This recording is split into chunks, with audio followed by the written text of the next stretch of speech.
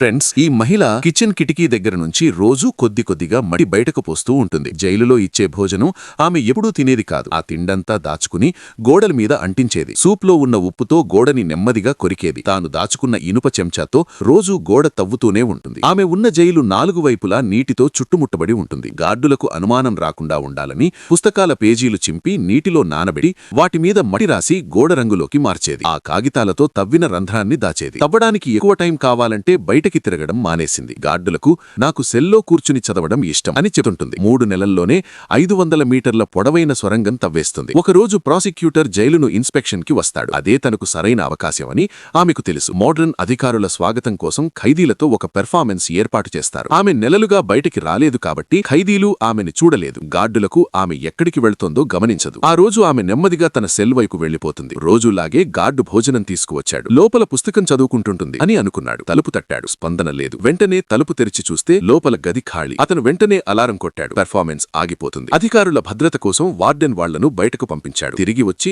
ఆ గార్డును గట్టిగా తిడుతూ కోపంలో ఒక పుస్తకం తీసుకుని గోడ మీద విసురుతుంటాడు. ఆ పుస్తకం గోడకి అంటించిన కాగితాల్ని తాకింది. ఒక కాగితం కాస్త పక్కకు జారింది. వార్డెన్ దాన్ని లాగి తీస్తాడు. లోపల సొరంగం. అంతే. అప్పుడే అతనికి అన్నీ అర్థమయ్యాయి. వెంటనే ఒక మనిషిని ఆ సొరంగంలోకి పంపించాడు. బాగా కష్టపడి పాకుతూ చివరికి చేరాడు. కాని అక్కడ అతను చూసిందేమిటంటే సొరంగం పూర్తిగా మూసి ఉంటుంది. ఏ దారి కూడా ఉండదు. అయితే మరి ఈ మహిళ ఎలా పారిపోయిందో ఎవ్వరికీ అర్థం కాదు.